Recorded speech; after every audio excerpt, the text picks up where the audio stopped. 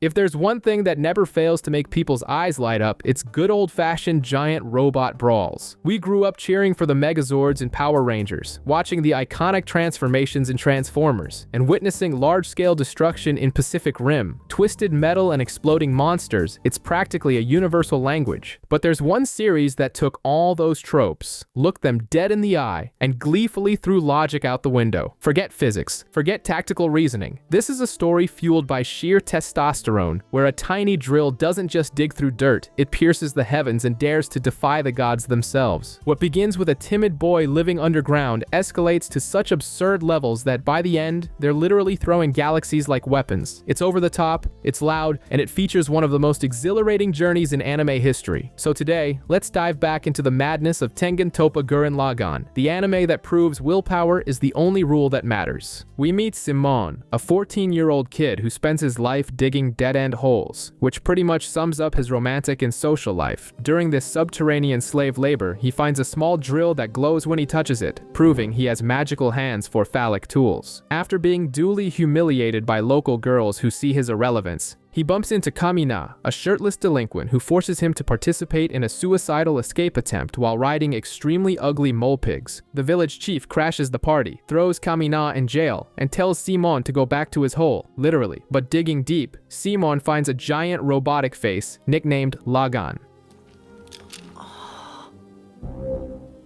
He runs to save his bro, but before they can escape, the ceiling collapses and a giant robot falls in along with a girl fighting it using a rifle bigger than her own body.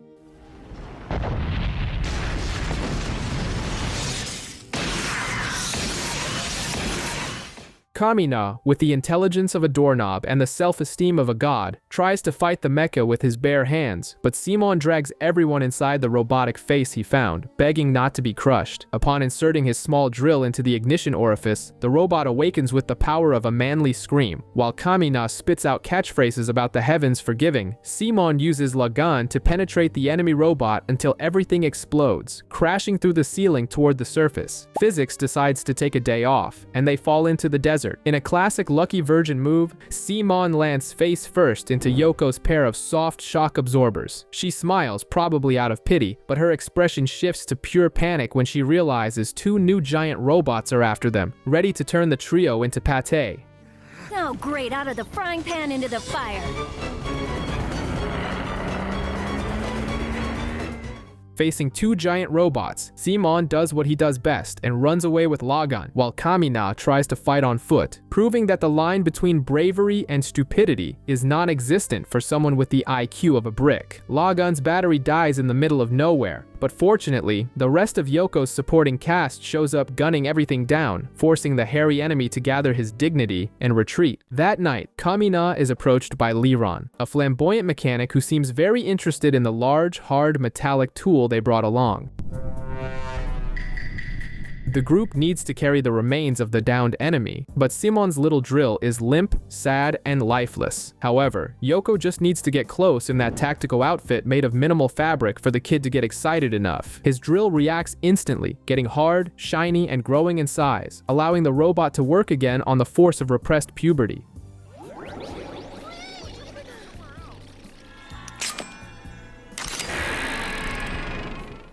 They reach Yoko's base, eat, and sleep only to be woken up by yet another noisy morning attack. Simon panics when he realizes the new enemy is the same one that turned his parents into pancakes years ago, and he freezes. Kamina, completely ignoring other people's trauma, decides to steal an enemy robot through sheer screaming power. With help from Simon and Yoko, he invades the cockpit and beats up the pilot, but the controls won't respond. While the robot gets pummeled by his former allies, Kamina sees a skeleton on the floor, activates rage mode, and assumes control of the new toy, christened Gurren.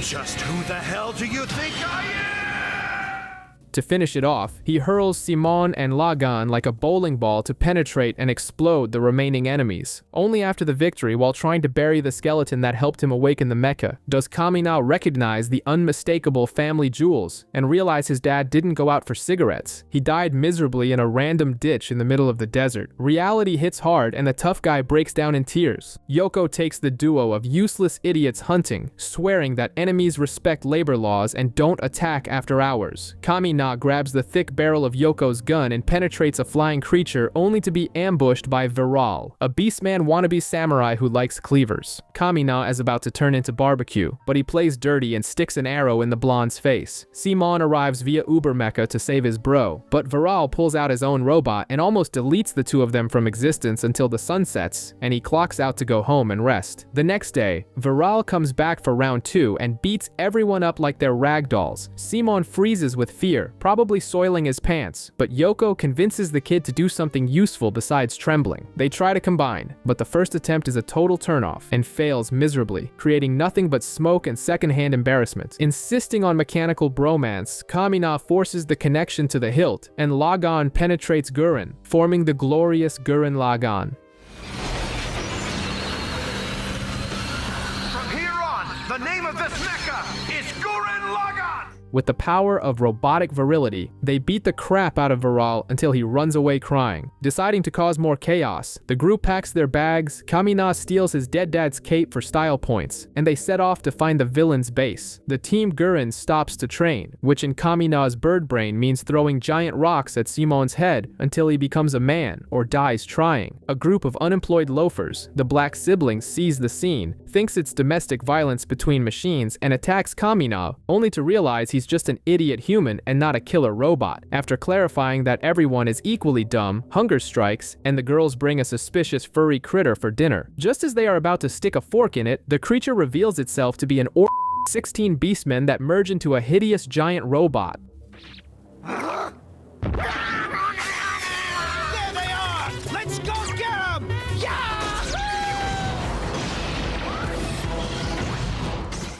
The battle begins and Simon tries to penetrate Kamina's mecha several times, but he refuses all advances, shouting that the kid's entry isn't being manly enough. He throws the boy into the air and demands a dramatic aerial docking because screw physics. They manage to unite, but since they're starving, the robot runs out of energy and almost gets beaten. That's when the mascot, Buta, proves to be the series' greatest hero by ripping chunks off his own butt and offering them to the pilots to eat. After chewing on pig-ass meat with questionable taste, they regain their strength, shred the enemies, and say goodbye to their weird new friends, promising never to speak about what they just ate. Yoko and Kamina are stuck inside Gurren, but space is limited because the transport vehicle is basically a painful metal block, and apparently, Yoko's rear end occupies an entire zip code. When Kamina does the stupid thing of insulting the size of her butt, Yoko decides to turn the cockpit into a shooting range, proving that women with rifles and insecurities are a volatile mix. Meanwhile, Lee Ron points out unstable ground, but since Kamina has the IQ of a rock, he steps there anyway and throws the whole brigade into a deep hole, because gravity is the only thing his ego can't defeat. They wake up in an underground village where the locals think they are angels sent by the gunman gods, proving the bar for divinity there is frighteningly low. They meet Ro Siu and 2 orphans, as well as Father Mogin, who immediately realizes Kamina is walking trouble. The hospitality is great until they discover the village has a population cap of 50 people and needs to exile folks to heaven, which is just a cute euphemism for dying on the desolate surface. Obviously, the orphan kids win the death lottery, causing Kamina to freak out and want to punch the local theology into the priest's face. Ro Siu gets pissed, but an enemy gunman falls into the hole to liven up the party. Kamina and Simon form Gurren Lagann for battle, but they are interrupted when the village's own sacred robot stands up and throws the enemy down a waterfall.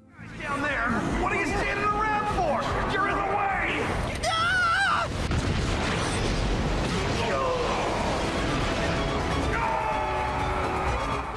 Turns out the priest is the one piloting their god, and he kindly asks them to scram. The kids get exiled anyway. Ro Siu decides to go along to play babysitter, and the Gurren Brigade adopts everyone, turning the war mission into an apocalyptic school field trip as they head back to the surface. Walking through the desert, Kamina tries to sound profound by telling Simon that humans have eyes on the front to see the future, but Simon theorizes it's to see the backs of those ahead, which explains why they're always staring at Yoko. The cheap philosophy ends when Yoko kicks them both out out of the cockpit because they smell worse than a radioactive ogre's armpit. Forced to walk, they encounter rabbit-shaped gunmen, and although they destroy most of them, they decide to follow a fugitive through a fog, guided by a crazy old man to a suspicious resort full of bunny girls who treat them like heroes. You want us to go that way? The Black Sisters show up for dinner, and the owner suggests a bath in the hot springs. Kamina, frustrated by gender segregation, decides seeing the future isn't as important as seeing make girls and uses Simon as a human ladder to peek into the women's bath, but the excitement dies fast when he discovers the girls are gone, and a giant gunman emerges from the inn, revealing the hot owner was actually an ugly-as-hell beast man. This bathhouse was a gunman! Now I believe it is time to begin our human hunt! Gurren gets stolen while Kamina was distracted by his libido, so Simon has to rescue the idiot with Lagann. Kamina jumps onto the enemy robot expecting to save damsels in distress, only to find Yoko is already furious, shooting everything and freeing the other girls herself. In a ridiculous clown car scene, the whole group squeezes inside Lagann's tiny cockpit to escape, while Rosu recovers Gurren. They combine, and Kamina uses the mecha's sunglasses as a blade because physics is optional in this anime. The victory is short-lived, as a burst of energy announces the return of Viral, who shows up like a recurring venereal disease, ready to be humiliated once again. But this time, he brought his big brother to the fight. Timelf, one of the 4 divine generals, parks the Dagunzan in front of them, which is basically a battleship with legs and a superiority complex. While anyone with 2 functional neurons would suggest running, Kamina decides the best plan is to kick the giant building until it falls over. Even with Gurren Lagann losing parts and Yoko screaming for them to retreat, Kamina forces the robot to repair itself through sheer stubbornness and uses enemy explosions as an elevator to kick Enki in the face. Man on fire! In this chaos, Kitan, that character who's only relevant because he has hot sisters, shows up with a bunch of people who also stole robots, proving Beastman's security is a joke. Timelf, tired of playing around, grabs Gurren Lagann and tries to spread the robot's legs in a forced split that would make a gymnast cry. But just when everything seems lost, Simon turns the ground into a sieve, trapping the Dagunzan in a pit, forcing Viral to flee with his tail between his legs, promising to return tomorrow, like a Saturday morning cartoon villain. That night, while Liron tries to fix the robot Kamina broke for the 1000th time, our idiot leader gives a motivational speech to the new army of misfits. Yoko goes to him in a romantic scene under the moonlight, praising his suicidal recklessness. But before things can heat up, a mountain explodes in the background, because in this anime, not even the scenery can stay quiet for 5 minutes.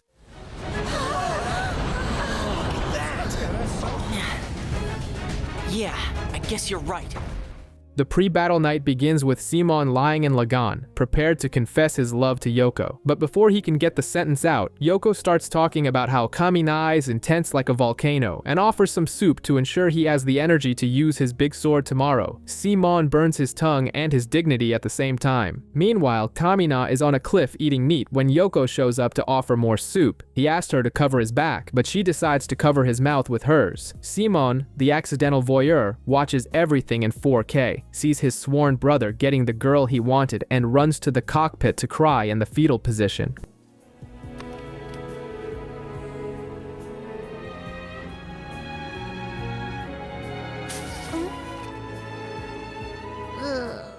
Realizing his love life is as empty as Kamina's head. The next day, the plan is simple. Simon needs to introduce his Lagann deep into the Dagunzan's control system. But since Simon is traumatized imagining Kamina and Yoko, he can't make the coupling work. Kamina, being the aggressive pedagogue he is, exits the robot in the middle of the firefight, walks over to Lagann, and punches Simon in the face, telling him to grit his teeth and believe in himself. With the percussive therapy concluded, Simon finally manages to penetrate the ship's system. But Timelf, not keen on losing his job, launches a surprise attack while Kamina was heading back to his seat. A giant spear pierces Gurren, creating extra ventilation in Kamina's chest. Simon freaks out, the robot goes berserk and nearly destroys everything until the undead Kamina's voice echoes over the radio. Kamina, refusing to die just because he was fatally impaled, forces one last fusion. They form Gurren Lagann, strike a pose, and Kamina uses the Giga drill break to turn Timelf and his robot into space scrap. With victory secured, Kamina Kamina whispers a farewell and dies smiling in the cockpit, leaving Simon with the trauma, the giant robot, and the certainty that heroes who wear sunglasses at night don't last very long.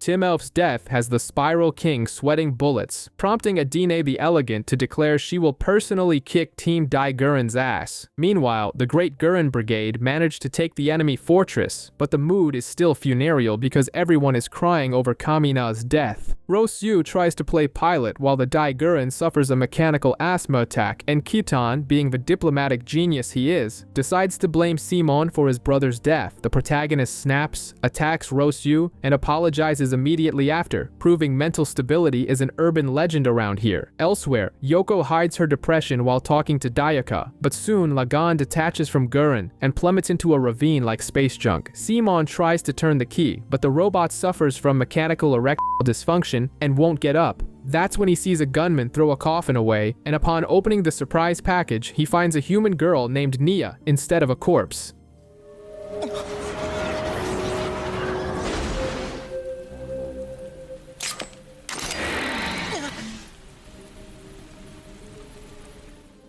Nia is shocked to see another human being and starts chatting away until they are attacked. Simon tries to play the martyr, telling her to run, but Kitan arrives to save the day and try to interrogate the girl, who can't even say where she came from. But the drama escalates when Adina attacks. Upon recognizing the voice, Nia runs outside and reveals in front of everyone that she is the Spiral King's daughter, leaving the crowd looking like someone farted in an elevator and jammed the door. Adina retreats temporarily because she doesn't believe the little princess would be out in the sticks, but upon returning to the Spiral King, she discovers Dabby threw his daughter in the trash and doesn't give a damn if she becomes fertilizer. Outraged and lusting for vengeance for Tim Elf's death, she decides to fight alone, ignoring Viral, who was dying to tag along to try and redeem himself. Back at the Dai Gurren, Nia is stuffing her face at a banquet while the crew glares at her. Kitan tries to interrogate the girl, but she's so innocent, he gives up and dumps the problem on Simon. Simon tries to explain who Kamina was, but Nia drops the bomb that he shouldn't depend on dead people, causing Yoko to snap, accuse the girl of understanding nothing, and run out crying because the truth hurts more than a sniper shot. When Adina attacks again wanting to talk, Nia goes out and finds out she's been fired from the position of princess. Simon tries to start Lagann, but the machine remains dead, so Adina transforms her mecha into a giant scorpion to pierce the girl with her huge stinger. Nia tries to argue that killing is rude, but Adina couldn't care less. Without the robots, Simon runs on foot like an idiot to save the girl, but trips and falls face first, outmatched by the speed of mechas. Luckily, Yoko uses her rifle to save Mia's skin, and Lee Ron finally manages to move the Dai Gurren to punt the scorpion. Adina is almost turned into paste, but Viral shows up to save his waifu and flee. In the end, everyone celebrates Mia's courage, except for useless Simon, who locks himself in his room to cry in bed because he can't be the alpha male Kamina was.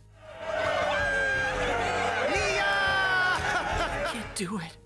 I'll never be able to be like you, bro. As Team Dai Gurren continues its journey, Simon decides the best way to deal with grief is to lock himself in his room and play alone with his little drill, carving statues of Kamina, proving therapy in this world is a non-existent concept. But our emo protagonist's wallowing is interrupted when the crew, guided by their little heads, falls into the most obvious trap in history, a distress call from a village full of hot women. Of course, it's a trap set by Guam, a genetically modified armadillo who captures everyone and kidnaps Nia. This dirty old man reveals that the Spiral King raises children like someone making fake Twitter accounts, only to delete them when he gets bored, and starts groping the girl, proving anime villains have no concept of HR harassment policies. While the rest of the team gets beaten in prison trying to use brute force, Simon keeps digging his way out by hand, remembering that Kamina was only a badass because Simon did the dirty work behind the scenes. When Guam decides to execute the crybaby kid, Simon's drill glows, because apparently self-confidence generates electricity, and Lagann bursts from the ground. Simon finally stops trying to be his dead brother, and accepts that he is Simon the Digger, the one who will pierce the heavens, and probably the ozone layer. He fuses the robots, jams the sunglasses onto the giant armadillo's chest, and unleashes a giga drill break that sends the villain packing. In the end, Simon assumes leadership, buries the dead princesses in a valley, and decides it's time to go knock on his father-in-law's door, the Spiral King. Since the writers needed ratings, we arrive at the mandatory mandatory beach episode, Team Dai Gurren sees the ocean, and the men immediately activate simp mode, anxious to see the girls in bikinis. Yoko tries to act high and mighty but soon gets salty because Mia is better than her at absolutely everything from volleyball to cutting watermelon, proving the princess isn't just there to be kidnapped. The sniper gets so bitter she almost explodes with envy when the men ignore her to drool over Nia's innocence. But the fun ends when Leerod installs flippers on the giant robot, ignoring all laws of hydrodynamics, and they enter the sea. Adine, the scorpion general who still hasn't gotten over her boyfriend's death, attacks with a submarine and drags everyone to the bottom. When the things look grim and water starts leaking in, Simon remembers his specialty is spinning long, hard things, transforms the drill into a propeller, and propels Gurren Lagann to the surface like a roided-out torpedo.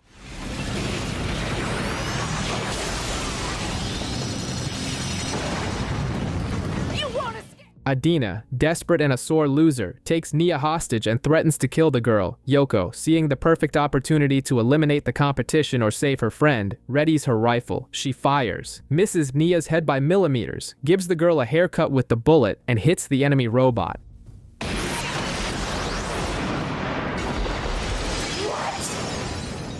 My shoulder! With the hostage free, the team decides dialogue is for the weak and unloads every cannon into Adina's face at point-blank range. The villain explodes in a nuclear cloud. Viral flees crying once again, and Yoko finishes the hairdressing job, sealing the peace between the two, while Simon admires his girlfriend's new look. As the crew heads toward the desert, Simon tries to rest his single functional brain cell, but is interrupted by Nia, who decides being a useless princess is too boring and resolves to work. Before Simon can suggest something useful, Yoko shows up to lecture him about breakfast, because apparently piloting giant robots requires a full stomach, which gives Nia the brilliant and catastrophic idea to cook for the entire crew. However, before she can commit a culinary war crime, General Sitamander arrives with his flying aircraft carrier, the Dai Gunten, launching more missiles than the animation budget allows. Since Rosju is mysteriously sick and unable to leave the toilet, Yoko decides to sit in Gurren's lap, and the mecha accepts her piloting with suspicious swiftness, probably appreciating the contact from behind. Simon, now a master in the art of aerial penetration, uses long, thin drills to sodomize the enemy bombers one by one, until combining with a ship to gain wings. But the joy is short-lived when Viral appears with a flying Enkidu, foaming at the mouth and screaming for his alpha male, Kamina. The battle turns into a mess in the sky until Simon and Yoko collide directly inside the enemy ship. When Viral demands to know where his rival is, Simon drops the bomb that Kamina has been fertilized for a long time. Where did Kamina go? My bro isn't here. Viral's existential shock is so great, he questions the point of losing to a virgin kid like Simon. Sitamander takes advantage of the drama to pin Yoko to the wall with his mecha in a scene worthy of cheap hentai. But when he orders Viral to attack the defenseless Gurren, the Beastman discovers he has honor and refuses. Taking advantage of the villain's lover's quarrel, the Dai Gurren scales a mountain and drop-kicks the enemy ship. In the aftermath, Nia finally serves her toxic banquet. While the entire crew falls to the floor writhing and vomiting their guts out, Simon eats it all with a smile, showing his palate is as broken as his sanity. Meanwhile, Viral, about to be executed for incompetence, asks Lord Genome what the hell humans are, and the Spiral King answers by creating a drill in his hand, confirming that the answer to everything in this series is a spinning phallic object. A month has passed, and Simon decides to take Yoko to visit bro Kamina's grave, promising he's going to do things only a digger can do, which sounds way worse than he imagined. Back on the ship, the team prepares for the final attack on Teppelin, while Lord Genome quotes Genesis like an evangelical pastor about to ask for tithes, declaring the sixth day is perfect for exterminating the human race. The battle begins with General Sitamander wanting revenge, and old Guam attacking from below with his mobile fortress, the Dai Gondo. The situation looks grim with a sandwich attack, but human reinforcements appear out of nowhere, inspired by the live stream of previous fights, proving the revolution will be televised. Simon destroys the aerial fleet with ridiculous ease, giving Sitamander a nervous breakdown before he's blown up along with his pride. But Guam, being a damn armadillo, docks his ship at the capital's base and starts spinning so fast he creates an impenetrable tornado, turning the city into a giant giant blender. While the background character allies throw themselves against the wind wall to die pointlessly, Nia projects a giant hologram asking them to stop being stupid. The reason? Simon and Rosu are already underground. Gurren Lagann bursts up, piercing the ground right in the center of the tornado, impaling the Daigando from below with the subtlety of a prostate exam performed with a jackhammer. Simon and Rosu reverse the drill's rotation, spinning Guam backward until he explodes, with the old armadillo having just enough time to say he's still dizzy.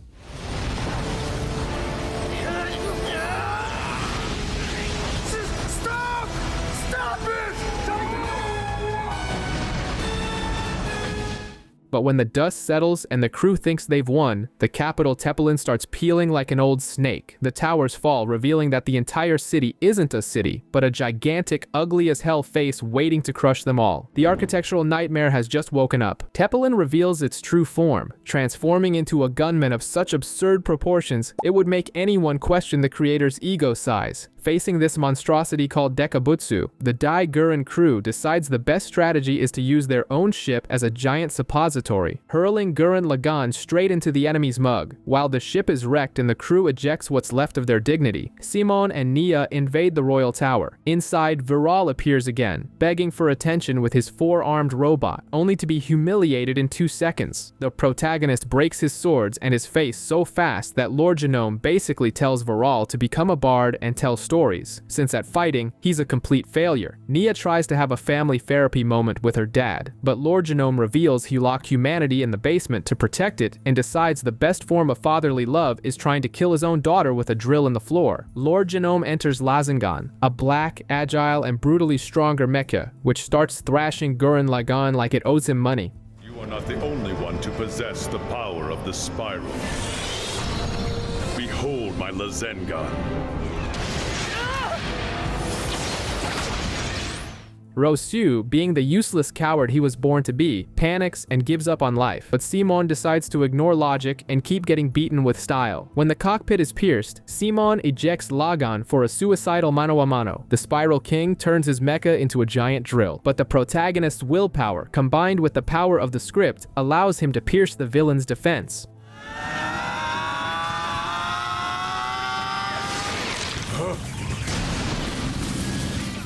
Without his robot, Lord Genome goes bare-knuckle and starts beating Simon until he turns him into pate. But our favorite digger pulls out his personal drill, small but functional, and violently penetrates the Spiral King's chest. With a hole in his thorax and bleeding pride, Lord Genome drops an enigmatic prophecy about monkeys and the moon becoming a messenger from hell before falling dramatically from the tower. Teppelin crumbles, the war ends, and Simon celebrates, having no idea he just doomed everyone with this victory. 7 years have passed, and the only thing that has evolved is the paperwork on Simon's desk. Rosu has become an insufferable bureaucrat who hates fun, turning Kamina City into a boring utopia where he freaks out over population censuses, while Simon dies of boredom signing documents. Nia shows up bringing food, and in a moment of rare courage mixed with social stupidity, Simon tries to propose to her. The girl refuses initially because she doesn't understand the concept of metaphors, but after a clarifying call, accepts the ring, proving love is blind and deaf. Meanwhile, Viral leads a useless underground resistance only to be arrested by the Grey Pearls, the new mass-produced combat units that have the durability of wet paper. Rosu interrogates Viral, who accuses the government of acting exactly like Lord Genome, but the new leader ignores the constructive criticism and sends the Beastman to jail. Everything seems chill until Dayaka's wife gives birth and the population counter hits 1 million. Congratulations, humanity, you hit the extermination target. I'll stop by the hospital later.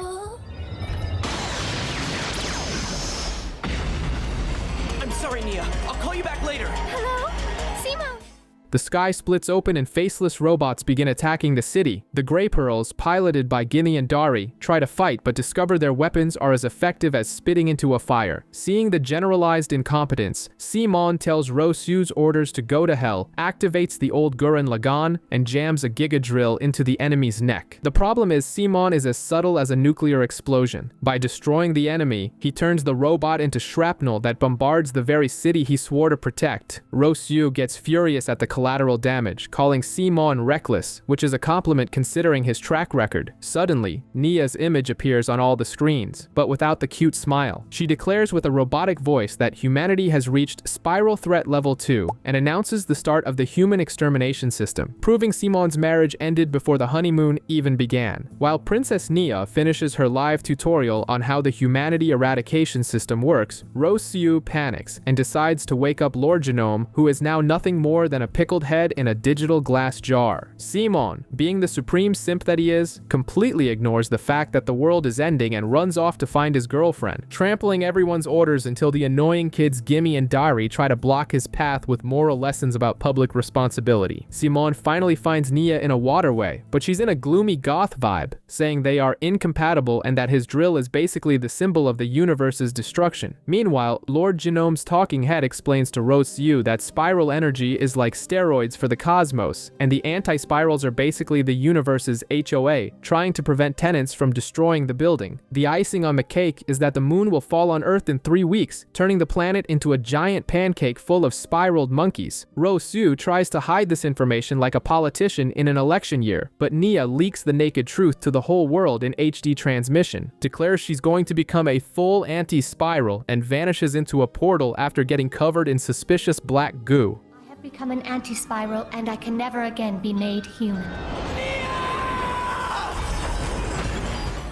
Enemy ships called Mugan appear, and Simon goes on the attack with the subtlety of a jackhammer. He explodes the enemies, but the pieces fall on the city like grenades, destroying everything. The population, with the IQ of a doorknob, starts protesting and throwing rocks at Rossiu. The big forehead bureaucrat decides someone needs to take the fall, so he orders the arrest of Simon, the only guy who literally just saved the day. The ignorant masses are running amok through the streets, smashing everything and tearing down Kamina's statue because they think Simon is to blame for the moon falling. Rossiu, embracing his role as the series' official Judas, locks the ex-hero in an empty room and explains that sacrificing Simon is necessary to calm the dumb mob, proving he learned exactly how modern politics works. The trial is such a joke that even Kitan notices it, with Rossiu acting as the judge and the prosecutor being his own doormat. Sentenced to death, Simon sits in his cell wondering what Kamina would do when Nia shows up just to psychologically torture the poor guy, showing off that she's still wearing the engagement ring while promising absolute despair. Soon after, a giant Mugan appears to turn the city into rubble, and Simon begs to pilot Gurren Lagann. Rossiu agrees, but with a super healthy condition. He rigs the mech with a bomb and puts Kinan inside to hold the detonator. The girl is so desperate for Rossiu's attention that she accepts becoming a volunteer suicide bomber just so he'll look at her, while Simon gets beaten up by the giant monster and tries not to blow Kinan up in the process. Rossiu announces he's going to put everyone on a gigantic space ark and run away, leaving the rest to die. Simon almost kicks the bucket, but Dimmy and Dari show up with new weapons that suck up enemies to avoid collateral damage, proving they're finally good for something. In the end, Simon surrenders, hands the core drill over to Rossiu, and goes to prison to await death, where he meets his new cellmate, Viral, ready to start the weirdest sitcom in anime history. We're back in the Slammer, where Viral is having the time of his life watching humanity's savior rot in jail, but the fun ends when Simon starts whining about the moon crashing down on everyone's heads in 2 weeks. Meanwhile, at the bureaucrat office, Rossiu acts like he's playing SimCity on hardcore mode, receiving evacuation reports and ignoring the fact that the apocalypse is knocking at the door. Back in the yard, or rather the loser's locker room, the inmates start roasting the ex-hero. A furious Birdman, holding a grudge because Simon clipped his wings in the past, decides it's time for revenge, while Simon is vulnerable and slippery. The protagonist tries to dodge, but just as the giant chicken is about to turn him into nuggets,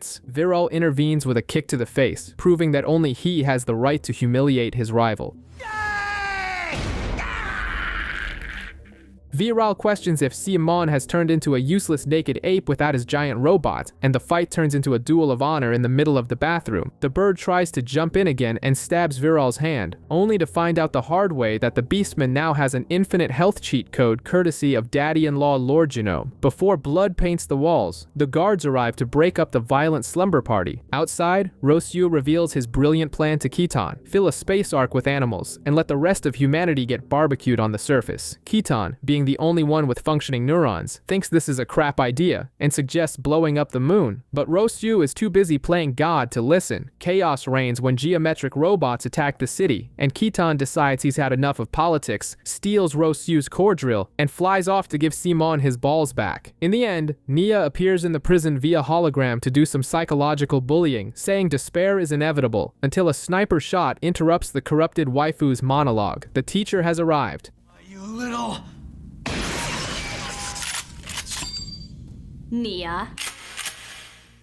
Right after the warning shot, Yoko scares off the projection of Simon's goth ex-girlfriend, and the script decides it's a great time for a one-year flashback. We find out that Yoko quit the terrorist life to become an elementary school teacher under the genius disguise of Yomiko, which basically consists of tying her hair back and wearing glasses, fooling absolutely no one with two functional eyes. She teaches life lessons to a crybaby kid named Nakim, basically telling him to stop being a wimp and stand up for himself. But the scholastic piece ends when two furries and mechs kidnap a student and demand food. Yoko realizes her power gain is directly proportional to the lack of fabric on her body, so she rips off her teacher clothes, stands in a bikini in front of traumatized guys, and destroys the villains with her rifle, proving that defense stats increase the less armor you wear.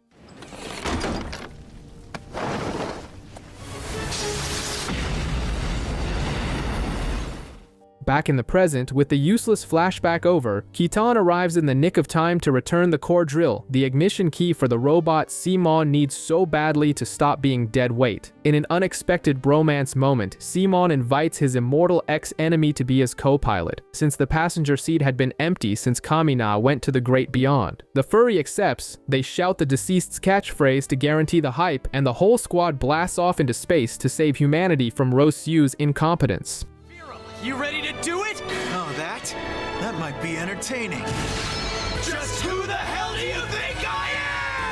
While the space battle turns into a hot mess, Liron decides to wax philosophical about gyroscopes in the middle of the crossfire, proving his priorities are as broken as this anime's logic. Simon and Viral use the mech's backpack as a boomerang, completely ignoring the laws of physics, until the moon decides to join the party by shooting lasers. Simon, the drilling maniac, uses a long, thick drill to absorb the attack and throw it right back in the satellite's face. The Mugan launch a coordinated attack on the hero's ships, but Simon reminds Rosyu that giving up is for unnamed extras. He drags the giant robot inside the Ark Gurren and, in a moment of pure Freudian subtlety, inserts his Giga drill into the ship's slot to transform it into the Ark Gurren Lagann.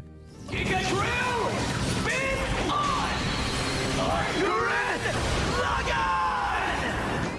It's so much spiral penetration power that the ship changes shape and explodes the enemies with a spinning punch that violates space-time. Daddy-in-law Lord Genome, who is now just a head in a pickle jar, wakes up to warn them that the moon is actually his ship and that they have 5 minutes before they die. Simon gets the instruction manual via mental download and rushes to the moon's core to stick the key in, but finds Nia blocking the hole. She says she's the messenger of despair and refuses to move. Viral suggests drilling her too, which would be a pragmatic solution, but Lord Genome warns she would blow everything up. Simon points to the ring on her finger, using the power of love and stubbornness to convince her to get out of the way. He jams the drill into the right hole, saves humanity, and turns the moon into a colossal ship. Nia says she's leaving for the planet of Killjoys and disappears, leaving Simon screaming into the void, while Rosyu realizes he's irrelevant next to this light show. A week after stopping the moon from falling on everyone's heads, Viral is now part of the team's HR department, and Liron tries to explain reproductive biology, but realizes this bunch of virgins only understands if he says, "Love changes the universe," which is cheesy but effective. Rosyu, feeling the weight of having been an incompetent traitor, returns to his hometown only to discover that the holy book he guarded his whole life was basically childish scribbles, proving his existence was a bad joke. Deep in depression and realizing his attempt to save humanity was as useful as an ashtray on a motorcycle, Rosyu decides to check out early, hoping to be punished for his crimes. But Simon detects his idiocy from space, uses teleportation powered by screaming and testosterone, and appears in front of him just to land a right hook to his face. It's the famous protagonist therapy, nothing a mild concussion can't fix.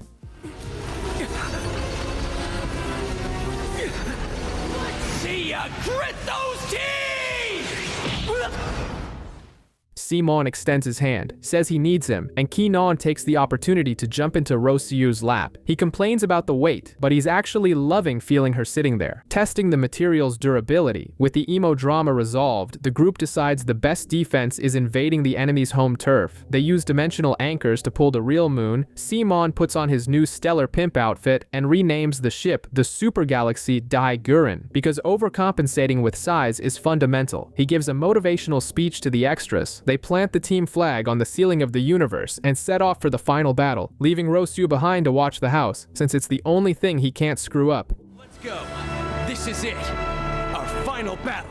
Team Die Gurren's space circus takes off in their flying cathedral, which, because short names are for the weak, is now called the Super Galaxy Die Gurren. They tear through the fabric of reality with the delicacy of a blind butcher looking for Nia, but run smack into a giant hologram of her and fall into an anti-spiral pocket universe trap, where physics went out for cigarettes and never came back. The enemies launch ships so obscenely large they make the Ark Gurren Lagann look like a Kinder Surprise toy, turning the battle into an intergalactic competition of who has the biggest caliber. While Simon and Viral try to perform the slow, bureaucratic fusion in the main mecha, the rest of the brigade realizes they're in an episode of Game of Thrones as everyone starts dying. Zorthi is the first to turn into space pate, proving that characters without names in the opening credits don't last 5 minutes. Iraq and Kid try to play hero but end up surrounded and send that cringe farewell message before turning into cosmic dust. The massacre continues with homing missiles that Yoko and Little Dari try to intercept out of desperation, but Maken decides it's his turn to shine and sacrifices himself by exploding along with a missile, meeting his drama quota. When Dari's grab pearl gets immobilized, Ginny tries to help, but the two are as useful as a nail in the sand until the twins, Jorgun and Balanbo, arrive. They throw the kids back to the mothership and decide to take the entire enemy fleet to hell with them in an explosion that would leave Michael Bay aroused. Finally, just as the team is ready to transform the main ship, the anti-spirals pull the rug out from under everyone, and the ship falls into a space ocean. Yes, an ocean in the vacuum of space, because Logic committed suicide long before this scene. The ship is sinking into the dense primordial soup that Lord Genome's floating big head calls super dense matter, draining all the spiral power and the will to live from the team. While the rest of the crew panics, Kitan and Yoko go out to trade punches with the enemy ships, but Simon enters emo mode, loses focus, and manages the feat of breaking his own drill under the pressure of the space sea, proving size doesn't matter if you don't know how to use it. Viral gets pissed because he has no spiral energy to help, leading us to the most humiliating moment of the series, where Buta, the mole pig mascot, reveals himself to be a spiral power nuclear battery and saves the day, being more useful than half the human cast. They decide to shove the ship down the death spiral machine's throat, but the pressure starts crushing everything. Yoko, feeling she hasn't traumatized enough people yet, grabs a missile to sacrifice herself, but Kitan stops her. He steals the suicide mission and plants a kiss on her, sealing his fate, since kissing Yoko is statistically more lethal than smoking at a gas station.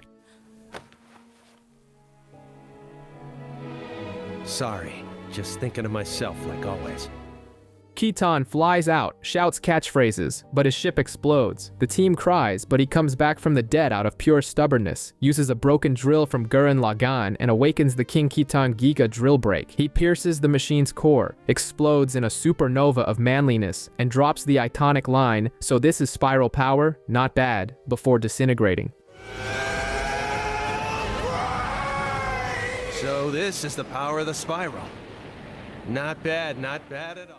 With the machine destroyed, the ocean turns into pure spiral power. Lord Genome admits math is irrelevant in the face of plot armor, and Simon, now recharged, puts on ridiculous star-shaped sunglasses to honor his dead brother. The Super Galaxy Gurren Lagann rises, now the size of a galaxy, ready to teach the anti-spirals that the human race doesn't know when to stop growing. Simon decides diplomacy is for the weak, and grabs the enemy ship's face with the Super Galaxy Gurren Lagann, jamming its metallic teeth in until everything explodes.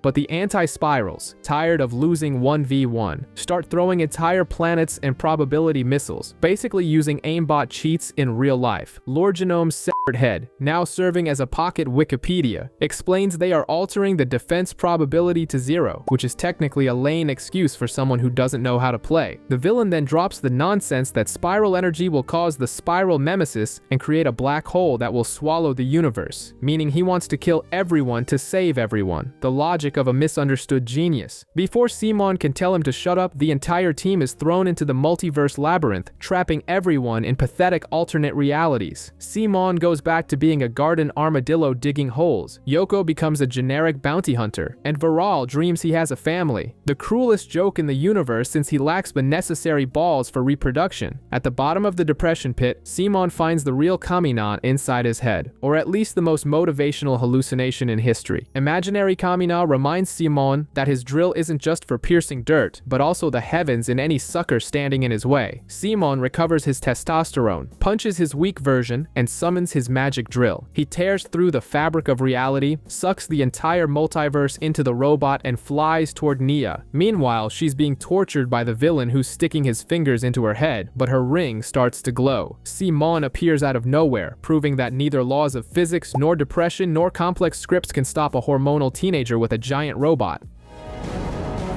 Sorry I'm late.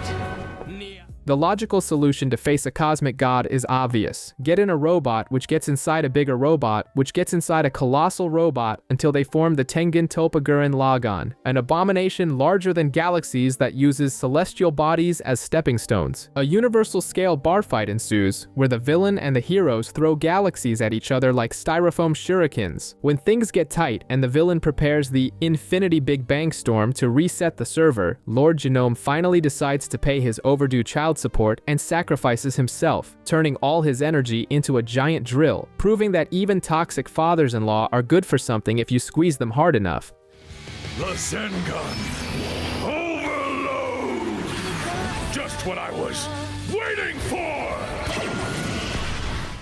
Simon takes his deceased father-in-law's drill and jams it with gusto into the enemy's attack, but the giant robot breaks. Then another robot comes out from inside, which also breaks, and another comes out. It's a Mecha Matryoshka doll shattering apart until only Simon and the anti-spiral are left trading bare-knuckle punches in the middle of nowhere. Simon knocks out the depressed alien and pierces his chest with his blood turning into a drill, saving the universe through brute violence.